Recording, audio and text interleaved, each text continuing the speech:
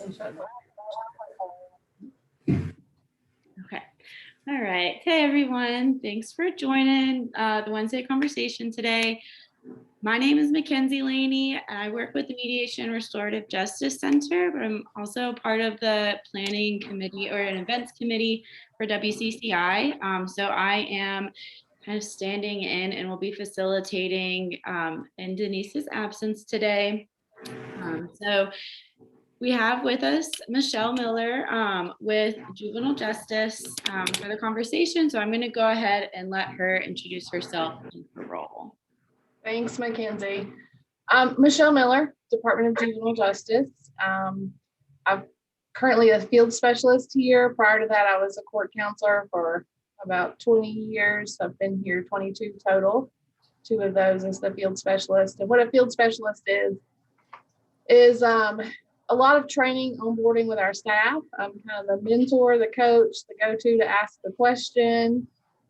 It's kind of neat role because I don't really have to supervise anyone, but at the same time, I get to help and develop new court counselors and our staff as they go through their duties as a court counselor. I do have a couple other staff folks here with me. I wanted to introduce them. They're gonna say hello and then go back to work or to lunch or something. First, I want to introduce Keisha Young Spence. So Keisha's going to come over. I know we've got new staff in Watauga a lot. She's going to come over and just say hello. Hi. This is Keisha. She does most of our intake work. She's been with us about 1.5 years, almost 2 years. And then Adam Jones is also here. Adam does a lot of case supervision for us. He came to us from Eckerd Residential Services down in Boone, and he's been with us a little over 1 year. We have one other court counselor who is out of the office at the moment, Michael Ackerman. I'm not able to introduce him directly to you guys. Sometimes it's nice to put faces to the names you hear out in the community. So basically my agenda today is just kind of give you a brief agency overview. Of course, I've already given you my name and my role here and our staff. Talk to you a little bit about how court counselors see trauma in the youth that we work with. And then also how court counselors help build resiliency with our young people. I'm going to talk to you a little bit about some changes that have happened within juvenile justice in the last couple of years, and some anticipated changes that may be coming down through the legislative process this year. I'm going to talk to you also about how I stay well, answer any questions that you guys might have. Sometimes I feel like juvenile justice is a bit of a mystery to a lot of people because it is such a confidential process. And it's not something that a lot of people really learn a lot about until they're involved in it. So our district is a 5-county district. It's the same as the prosecution district here. So we cover Watauga, Avery, Mitchell, Yancey, and Madison counties. We are a state agency with the North Carolina Department of Public Safety, Division of Adult Corrections and Juvenile Justice. There's a little bit of what I might call a firewall in between the adult correction side and the juvenile justice side, in that adult correction staff don't have any direct access to our records and who we're working with, which I think is a very good thing. There are some exceptions where there's a real serious offense that prosecutors or adult probation can find out about a juvenile record, but there's a very specific process for that, and it's only for certain kinds of offenses. So that kind of covers our basic agency overview. Our Watauga staff, again, we have 4 folks here. Supervisor is currently a guy named John Troy Autry, who works out of the Avery office. Our chief court counselor position is currently vacant, and we're working on getting a new chief court counselor named and seeing how that rolls out.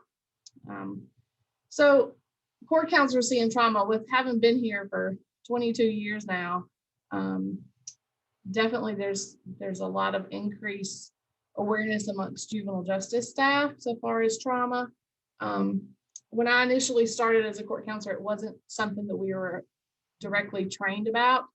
But not long before WCCI started their initiatives within our community, the department was given a lot of training to staff about trauma and its impacts and how we will see that in the young people that we work with.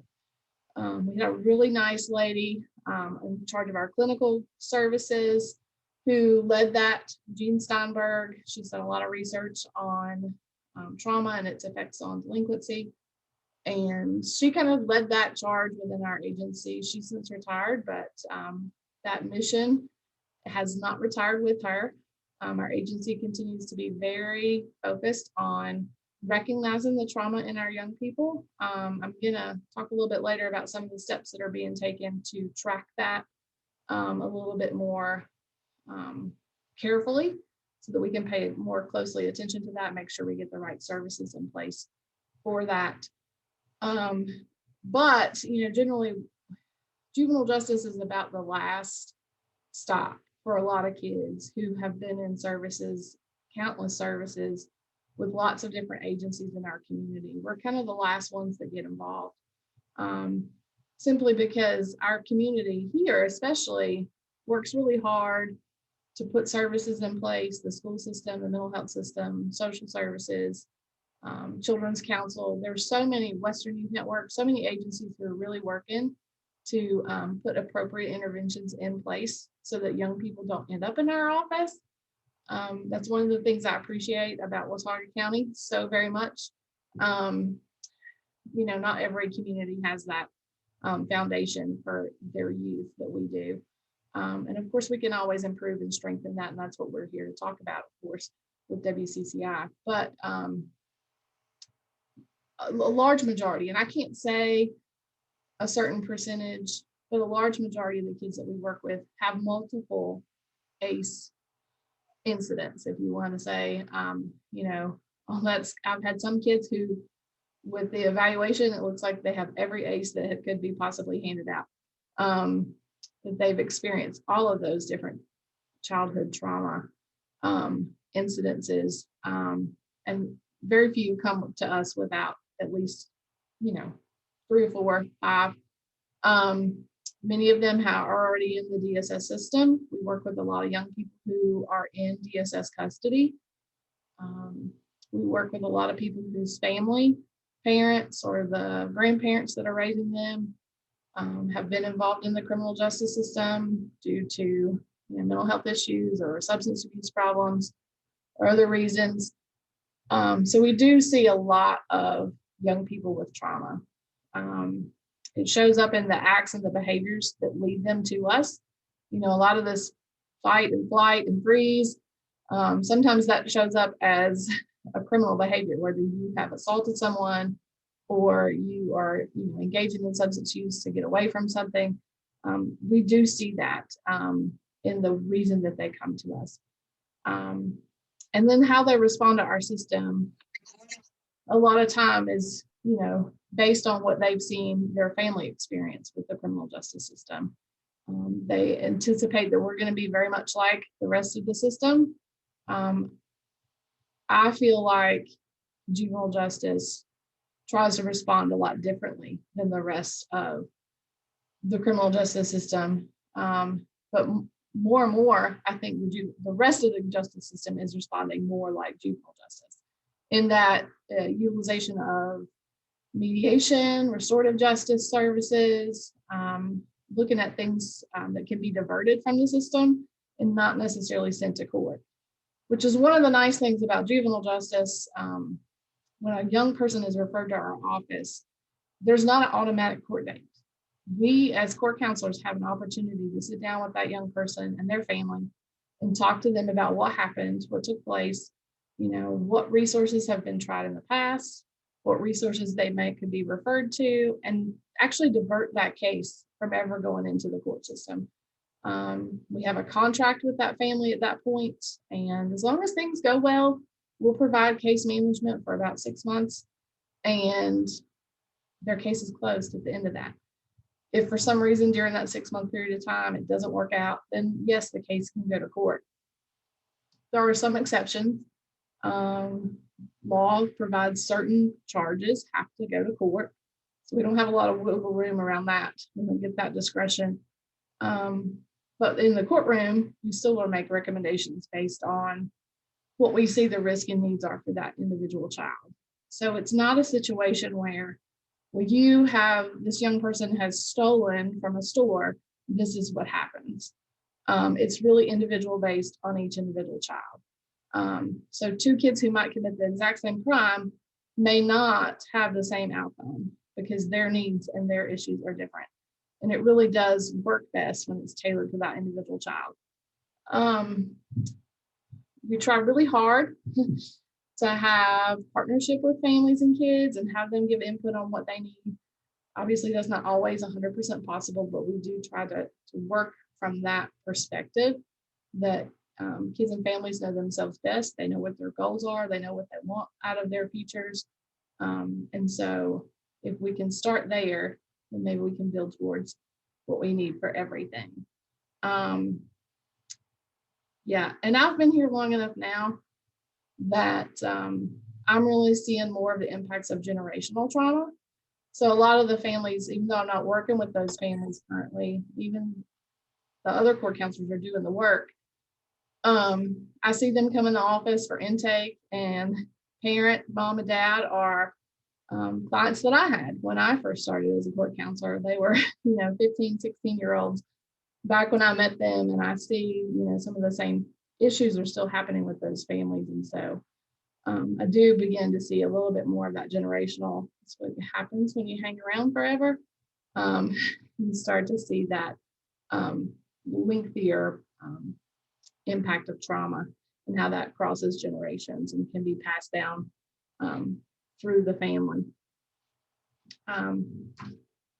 So far as court counselors helping young people build resilience, this is the best part. This is the part I enjoy the most because I think this is where we can get the most fruit for our labor. We really focus on using evidence-based programs. So we have the JJTC partnership with the Juvenile Justice Treatment Continuum partnership, and that includes Youth Villages, Daymark, Project Challenge. Occasionally we have some school folks that join us with that. And essentially what that is a clinical type staffing that we have with those partner agencies to help figure out what exactly treatment wise is going to work best for that young person, to remove barriers, to troubleshoot issues around, funding sources and making sure that kids find what they need regardless of what their funding source is. I say all the time, court counselors have to pretty much be experts on insurance, private insurance, Medicaid, health choice. We kind of need to know who takes what in the community and what kind of services you can access based on what that child's insurance is, and fit that as best you can to what their needs are. So Western Youth Network is a great partner with us. They are funded through the Juvenile Crime Prevention Council. They provide mentoring, after school, summer life. They provide so much for our young people, but we partner with them quite a bit.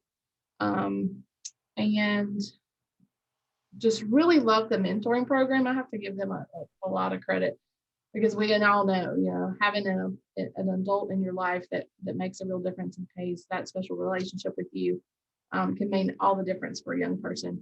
So I don't think we could do much of anything without Western Youth Network. And then Mediation Restorative Justice Center, when I'll talk about this in a few minutes, the Raise the Age law came about. There was a push and a requirement that every state and every county in North Carolina have some access to a teen court type program. And Watauga County didn't go with a full-fledged teen court. Instead, we chose to go with a sentencing circles type program. Mackenzie's involved in that and really leads the way on making sure that takes place for our young people. And I like the sentencing circles because it is a little bit more of a small function. They have some great volunteers that work with that represent the community. So we have juvenile mediation and sentencing circles that we use as our restorative justice, as well as Project Challenge, who helps young people complete community service here, as well as earn restitution dollars so that they can, repay any financial damages that might have been incurred with their activity. And then we also have the School Justice Partnership, which got started a little bit before the pandemic, and then pandemic hit, and we haven't really completely rolled that out. But basically what that is, a School Justice Partnership is a focus on working with juvenile justice, law enforcement, and the schools together so that we can possibly reduce the number of school-based offenses that are referred to juvenile court. So that hopefully the school system and law enforcement will find some other alternatives besides a court referral for those young people. That could be something along the lines of sentencing circles or mediation, other programs within the community as well. So we're still working to build that. I think that will resume, more meetings will resume with that after the next school year begins. So I'm looking forward to that. Our staff is all trained in motivational interviewing. So all court counselors go through a pretty intensive motivational interviewing course. And this kind of the expectation of how court counselors have conversations with you.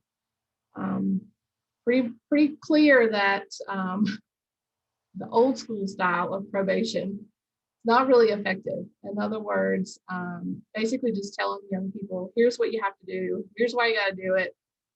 Doing a lot of confronting kind of a negative way is something that everybody wanted to steer away from.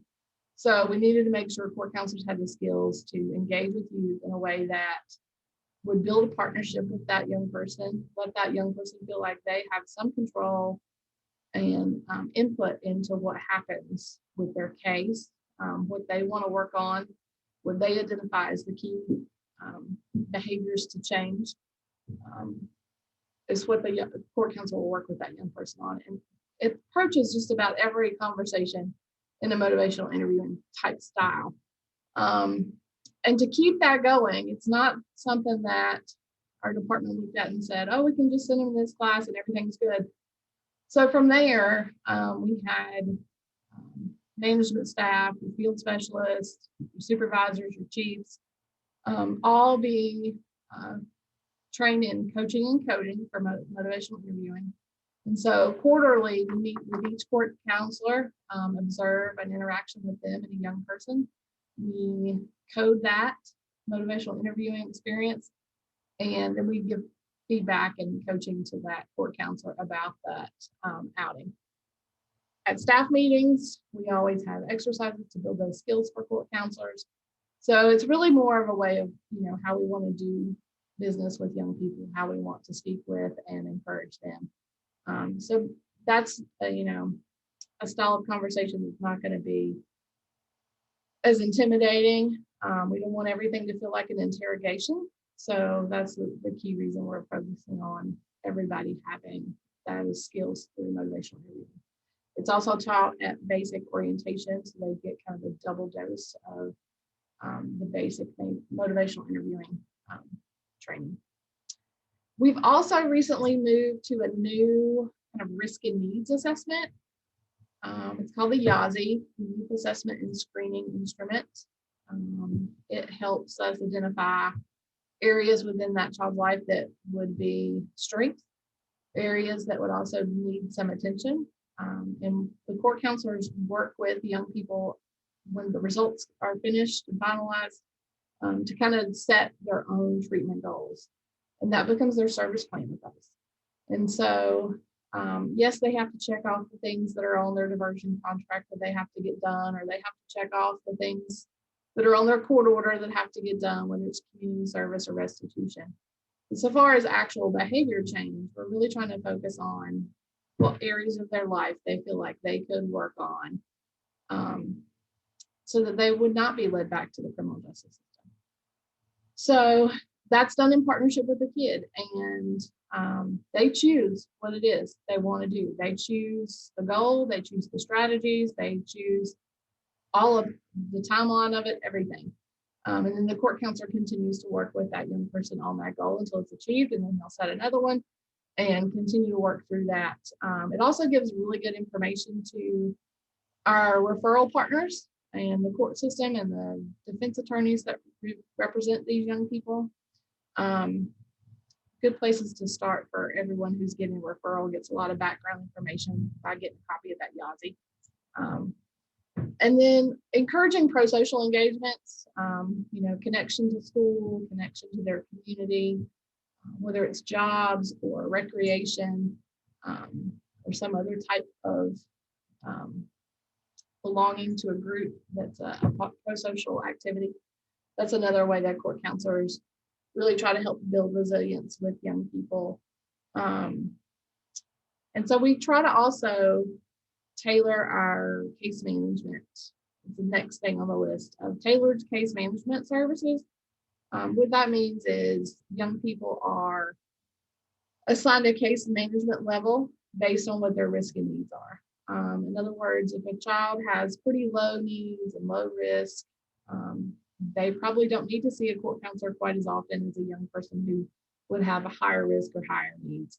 You don't want to necessarily overdo it and call too much attention to a situation that doesn't really need that. So we try to tailor that based on the needs. And a lot of that, of course, is offense driven, but we do like to provide the appropriate level service for each young person. Alternatives to detention. Obviously, if you're trying to work in a system and not induce any more trauma, we know one of the traumatic things that can happen in the involvement in juvenile justice is if a young person goes to detention.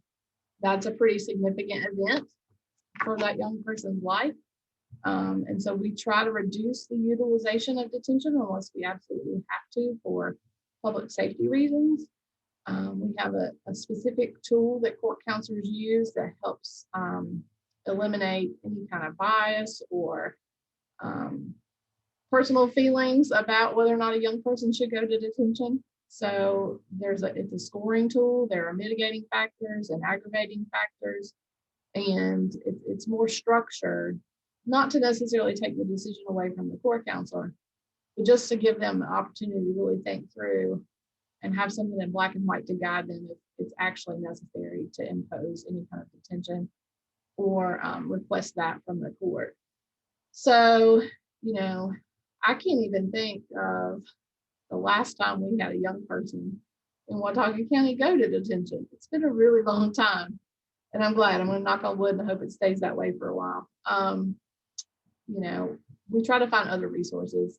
We might try to immediately put them in some community-based services. There might be utilization of electronic house arrest, which sounds really bad, but it's actually a lot better than being in detention. We may also, put them on what's called ATD. It's an alternative to detention level of case management. And so that means they're going to see a court counselor very, very often, 3 times a week. So that's, a high level of accountability that we try to put in place within the community so that they don't have to experience that detention setting, because we know that can be harmful. We try to avoid that if we can. Once the young people get to facilities, we have trauma screenings there. Our long-term facilities, which if you were going to try to equate it to the adult system, you might consider it a prison. For us, it's called a youth development center. Again, this is something that very rarely happens in this community. It's very rare that a young person, collects enough criminal history, delinquency history, to even be eligible to go. I've been here 22 years. I've had 2 kids I've worked with the whole 22 years that have gotten to this level of confinement. And, it's just work really hard to find other alternatives to that setting. But I will say our youth development centers do a great job working with the kids that they do have. Staff there is trained in evidence-based treatment. Clinical staff is trained in evidence-based treatment modalities. EMDR, trauma-focused CBT. We make sure that that's available within those settings for those young people. And sadly, probably sometimes, at least here, the cases that I've had that did end up with YDC, it was a funding issue. It was 2 kids who did not have access to Medicaid. One family had too much wealth to do that, but they also didn't have enough wealth to afford, residential treatment. The other family, the young person just wasn't eligible for Medicaid or health choice, and they were not financially able to place that child in any kind of treatment program either. So sadly, sometimes, you can try everything you have and still that's where the case ends up. But yes, we try very hard to do that, to avoid that situation. So I'm going to move now to some changes that happened with juvenile justice in the last couple of years. And these are, it's a long time in the waiting. It's the raise the age, right? That went into effect December 1st, 2019. What that essentially means, the Juvenile Justice Reinvestment Act changed the law in North Carolina so that 16 and 17-year-olds are sent through the juvenile justice system rather than the adult court system, except for everything besides traffic violations. So if a 16 or 17-year-old gets a speeding ticket, the speeding ticket still goes to traffic court, if you want to call it that. Insurance companies really want to know when you're out there speeding. And so there was no way to keep that confidential from the insurance companies. So traffic offenses, yes, still go through the adult system, so to speak, district court. Everything else comes and starts in juvenile court. There's some provisions in that law for 16 and 17-year-olds if they're charged with a real serious or violent felony, A through G felonies. But those would come to juvenile court to begin with, but they're a mandatory transfer, meaning that at some point the district attorney will either seek a grand jury indictment or they will have a hearing in juvenile court to transfer the case to superior court. So we haven't seen a whole lot of that. We haven't had anybody from this county transferred so far since the law went into place. It's kind of hard to know how that's going to impact our numbers, how many more young cases we're going to see. When the pandemic hit, our referrals really dropped a lot, and mostly that's because kids weren't in school, kids weren't together as much, and so our number of referrals dropped a lot. We'll be interested to see this school year coming up how that 16 and 17-year-old numbers look in a full year of school, hoping we get a full year of school. But that decision was made based on what people know about brain development, what people know about the impacts of trauma in the lives of young people, and how that plays out in their choices and decisions they make. That decision was made also for the long-term financial benefits. It's much more effective taxpayer dollar wise to invest in services and treatment and the appropriate things, interventions on the front end. The younger you get that in place and the sooner you get things turned around, the more effective it'll be. The idea is that moving those kids out of the adult system would help their recidivism rate. So they would have a lower recidivism rate by coming through the juvenile justice system than they would if they were left in the adult system. And of course, just for their safety as well, you have 16 and 17-year-olds in county jails. They're to be sight and sound separated.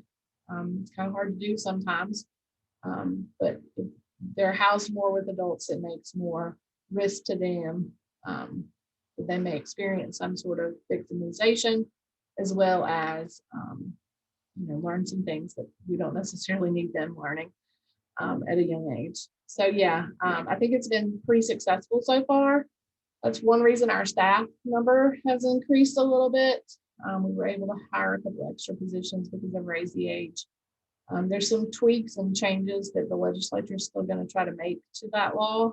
They're very minor, probably nothing that most people would notice. And then we have some upcoming changes. So when they were talking about raise the age on the adult end of the ages, the 16 or 17-year-olds, and bringing them back into juvenile court, there was a lot of discussion about, well, what about the small kids? North Carolina is the only state in the whole United States who says 6-year-olds can come to juvenile court. Some states don't have a minimum age. They probably handle that on a case-by-case basis. But North Carolina has the lowest set minimum age in the whole United States. And compared to some places in the world, it's one of the lowest in the world. And so we're talking about changing that. Legislatures are talking about changing that. It has passed the Senate. It's the Senate Bill 207. It's still working its way through the legislative process currently. So the Senate has passed it. It's gone over to the House, and it's working its way through that process as well. It has great bipartisan support. The Republican and the Democrat are the sponsors of the bill. Co-sponsors are also Republican and Democrat. So essentially what that would do is raise our minimum age from age 6 to age 10. And it doesn't mean, though, that court counselors can't provide any services to kids who are between 6 and 10. It simply means that kids between 6 and 10 are not eligible to appear in court. So if a young person between the ages of 6 and 10 were to engage in some sort of behavior that would be a delinquent behavior if they were over the age of 10, say they assault their teacher, that young person can still be referred to our office with the knowledge that that case is not going to go to court. Law enforcement will know the case is not going to court. The people involved, the victims, that sort of thing, in the case we know the case can't go to court, but the court counselor's office will still do an intake. The court counselor's office will still provide services and referrals, and it will be called a consultation case. And we can have that case open for a pretty good period of time. I can't remember if it's 6 months or a year. But during that time frame, the court counselor can invoke, say there's a contract or an agreement drawn up that a young person is going to participate in certain services, and the family will too. If at some point that's not happening and the parent's not following through, then the court can actually have jurisdiction over the parent. And so it would be the parent appearing in court if there was not follow through with the plan. It's a little bit different. It also enhances some DSS reporting for court counselors on a kid who's in that status, that case consultation status. So those 6 to 10-year-olds, if the court counselor has reason to believe some sort of report needs to be made to DSS, there's some reporting enhancements, changes that we still contact DSS. We have to contact the director of DSS and make them aware of the fact that this case needs some special attention and that it is in that category. So we kind of elevate that report, so to speak, with Department of Social Services if that had to happen. So that's going to be really interesting to see if any of those provisions change between now and when the bill is finalized, if it's approved as is, or if there's some changes. I feel like, if it passes the House, probably the governor will sign it. It's got great support on both sides, so I think that would happen. And then the other thing I talked about, our new risk and needs assessment, our YASI screening tool. That is already capturing kind of the events, the traumatic events, the ACEs, but it's actually going to, in the next couple of months, they're going to make the functionality of it so that we are going to get an ACE score within that assessment for each young person. And that does a couple different things. It helps the court counselor know kind of where everything stands. It lets a court, the judge that might hear that case, be aware of that as well, call attention to that, as well as the defense attorney and any agency that we refer that young person to would also, be able to keep that in mind when it comes to providing services. And it'll also kind of give us better data about what we know about how many young people come into juvenile court with ACEs and at what level, and what are the most common types of ACEs that we see within young people. At the beginning of this, I talked in general terms about what I see so far as trauma within young people, but this would actually give us some real data, help us determine better what services we need to, build upon in our system, where the gaps are. How do we link young people to the correct service? And then just the frequency of what's happening with our young people. And probably better understand what drives a lot of young people to be in our office. So I think the clarity, I think we already know that the ACEs amongst our clients is really high, but I think the clarity and the data behind that will help a lot. And I think it's a good time. The Chief Justice of North Carolina has started a task force to educate the court system players about trauma, and having that is something that judges, prosecutors, everyone learns about and has information on. So that task force is getting started. And so as that rolls out and they have more awareness amongst the judiciary, that will be a key piece of information that our judges would want to look at when they're handling the case. The only other thing that Denise had on the list of talk about these things was just a little bit of a discussion about how I personally stay well. If anybody of you guys know me very well, like I love my dogs to death, and they're the very best thing at the end of the day, just to come home and have some quiet time on the patio, looking at the beautiful view with the dogs and my husband. And they are very attuned to my mood and my needs, and they will play if that's what they think mama needs to do, or they'll just sit quietly by me and let me pet if that's what they seem to think. They seem so intuitive and aware of where I'm at on a daily basis. So yeah, my family, my dogs, I like to spend a lot of time with my parents, good friends, people to go out and have a pedicure with. It's always a good time with self-pampering. My faith, and then nobody really understands this work that we do, and there's not a lot of people I can talk to about the work and the experiences that I see with young people. So we spend a lot of time as a staff just working together, talking things through with the other court counselors here, making sure that they have the resources to deal, because the situations we deal with sometimes are incredibly sad, and you might have a call out at midnight to go secure a kid because they have taken the life of a parent. That happened to me at the end of April.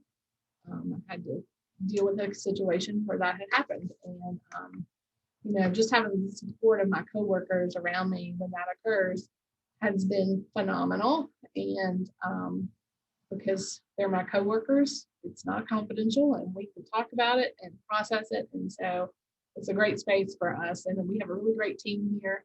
I kid everyone that this is my other family, but it truly is. So that's all I really have to present to you guys. It's a lot of information, and I gave it in really basic terms. So if people have some questions, I'm happy to take some questions. I know you guys usually go for an hour, but I didn't want to talk the entire time.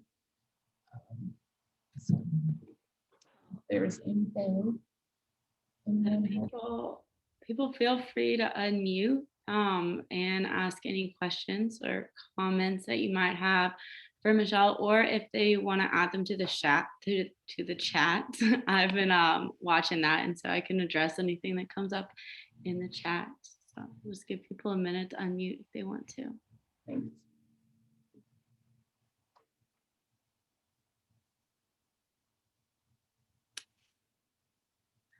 Well, I have one question for you. Okay. As people want to think about other questions that they might have. You kind of talked about it a little bit, like how the pandemic has affected like numbers and what it looks like, but do you mind like speaking to a little bit more about how y'all saw it affect youth and like criminal behavior, and then just like what it looked like in practicality for you? Yeah. So yeah, our numbers like completely stopped. It was weird. We stopped getting referrals. And that wasn't just a juvenile justice thing. That was, district court. I mean, I've been to the clerk's office and they're like, we haven't had a speeding ticket turned in like 3 weeks. So, at the very start of it, it's almost like law enforcement kind of froze for a little bit. It just seemed like, I don't know, I guess people weren't on the highway, people weren't going what places, nothing was happening. And then as time went on, we had a lot of consultations about young people who were struggling with school. We saw a lot of anxiety when they went back to school, lots of kids having a hard time adjusting to 2 days a week back in the building, 3 days a week on the computer. Um, we've seen a little bit of defiance around the home rules. A lot of kids who just got fed up with their mom or dad saying, you can't go and get in a group and hang out and that sort of thing, and just doing it anyway, and engaging in risky activities. It's like they have this pent up demand for trying new things, and trying to figure out who they are. They're trying to make up for lost time or something. But yeah, the struggle of going back to school has been pretty big for a lot of young people. Watauga was very good through the pandemic not to bring truancy cases for kids who were not getting online. They were really trying to work with those kids and partner with those kids and families and find out what's going on, so that they could get that child back on board with school, whether it be an online situation or back in person. They made the decision they were not going to file any truancy cases with us during that pandemic year. The 16 and 17-year-olds, they're more mobile. Some of them have driver's license, and so they were able to get out and about and do more things. We saw more 16 and 17-year-olds during the pandemic than we did under 16. And I think that's just because they could get away from mom and dad and supervision and gather together a little bit more easily. And typically young people, they don't make a decision to do something they shouldn't be doing unless they're, amongst their peers. They get into a lot more trouble together than they do individually. So I think the pandemic also, because they weren't in school, they weren't making those connections. They weren't doing things in the middle of the school day in the building that they shouldn't, because they were barely there. And when they were there in fewer numbers. So I think it definitely made an impact. I think I saw a little chat question. I think there's one question in the chat. So percentage of kids that are in foster care, gosh, it really seems to be going up a lot. Right now we probably have about, maybe, I'm going to say, I don't know exactly how many cases we have, probably about 24 cases. And I can think of 4 of those that are in foster care. And so, at any given time it changes, but, recently, and those are kids that are in residential treatment. They're not here locally in kinship care or in a foster family. Most of those are in higher level residential treatment programs. And so that means court counselors are traveling to visit kids off the mountain quite a bit to keep up with what's going on in treatment and continue that partnership with that young person. But yeah, we do have quite a few that are in foster care. There's another one in the chat is, are your services provided to non-US residents? Yes, we do. And we have a couple programs. Medicaid doesn't cover everything. If you're non-resident, you don't qualify. So we have a couple programs that are state-funded programs that will allow for those clients to participate. We have one that's called Functional Family Therapy through AMI Kids, and that program works with any of our clients, no questions asked.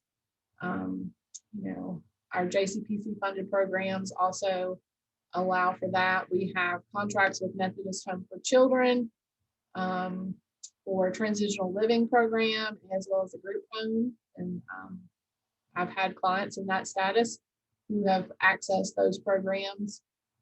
So yeah, they can still access our services, and we still work with them. We don't report, we don't interact with ICE or any of those agencies related to immigration status. To us, they're just another client in our office. So we're going to try to offer them what we have available.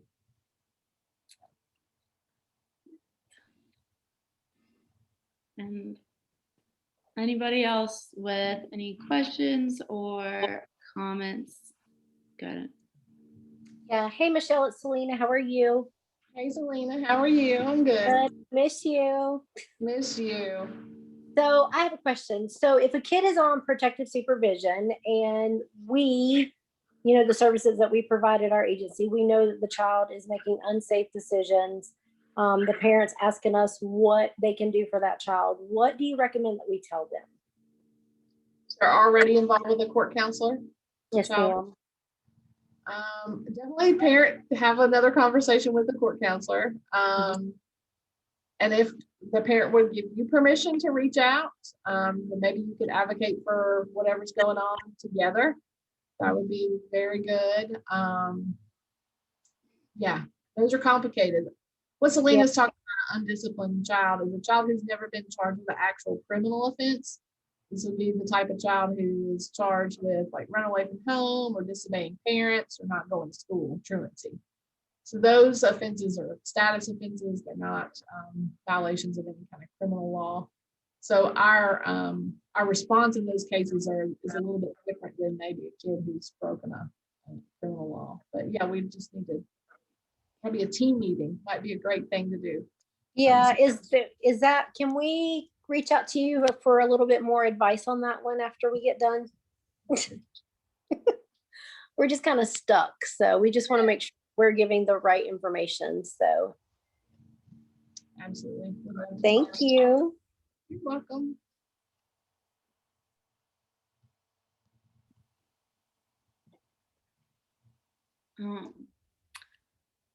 Well, I'll give everybody a couple more minutes to throw things in the chat if they'd like to, but also just a reminder, if you joined since we started, to put your name into the chat to keep attendance. And Michelle, is there anything else that you would want to add or anything else that came up? There's some thank yous, and I'll make sure that anything like thank yous that get put in the chat gets to Michelle after the meeting. I can't think of anything. I could probably talk about juvenile justice for a very long time. And I know we have just a limited amount of time today, but just wanted everything to be kind of very basic information, like a juvenile justice 101 almost. But I am excited. The thing I would say about the raise the age for the 6 to 10-year-olds, like that's not finished. And so if you have any strong feeling about what our state leaders need to do with that, then you can let them know either way you feel. But just want to make sure people are aware of what's going on and what changes might be coming from Raleigh that would impact our young people. Well, thank you so much for sharing about that and those exciting changes coming up, hopefully, and for sharing how you stay well. And I again, I'll make sure there's more thank yous, so I'll make sure that you see those. And then thanks everybody else for coming today. The recording, the other Wednesday conversations, will be up on the WCCI website and the YouTube. So everybody have a wonderful rest of your Wednesday. Thank you.